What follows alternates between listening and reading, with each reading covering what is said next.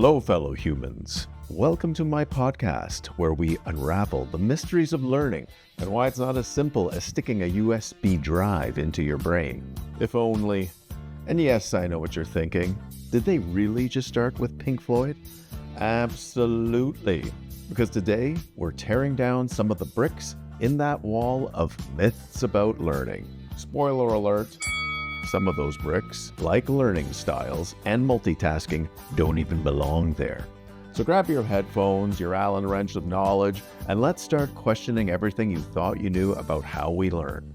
Don't worry, this isn't a therapy session, or is it? Let's start with the celebrity of educational myths, learning styles. You've heard it, right? I'm a visual learner. Cool. I guess that makes me a Netflix learner because I binge watch and hope for the best. But research shows catering to learning styles doesn't actually help. Shocking, I know. Then there's the myth of the almighty digital native. Just because someone can TikTok doesn't mean they're a tech wizard. Turns out even digital natives need to learn how to use tools. And multitasking, sorry folks, it's just a fancy word for doing two things badly. As an educator, I've been guilty of believing some of these, but now I stick to evidence-based practices. It's like Marie Kondoing your teaching. If it doesn't spark scientifically proven joy, it goes. Now, on to constructivism, the idea that we learn by building knowledge ourselves. Think of Piaget as the IKEA of education. You get the pieces, but it's up to you to put it together. Then Vygotsky comes along and says, hey, why don't you ask someone to hold the other end of that bookshelf? Enter scaffolding and the zone of proximal development. When I teach, I try to channel both. Give my students the Allen wrench of knowledge and just enough help to keep them from throwing it all out the window. Watching them have aha moments, it's like finally seeing that IKEA chair not wobble. It's magic. Let's face it. Learning is basically one long, eternal group project. Bandura's social learning theory proves it. Watching and copying others is how we pick up skills.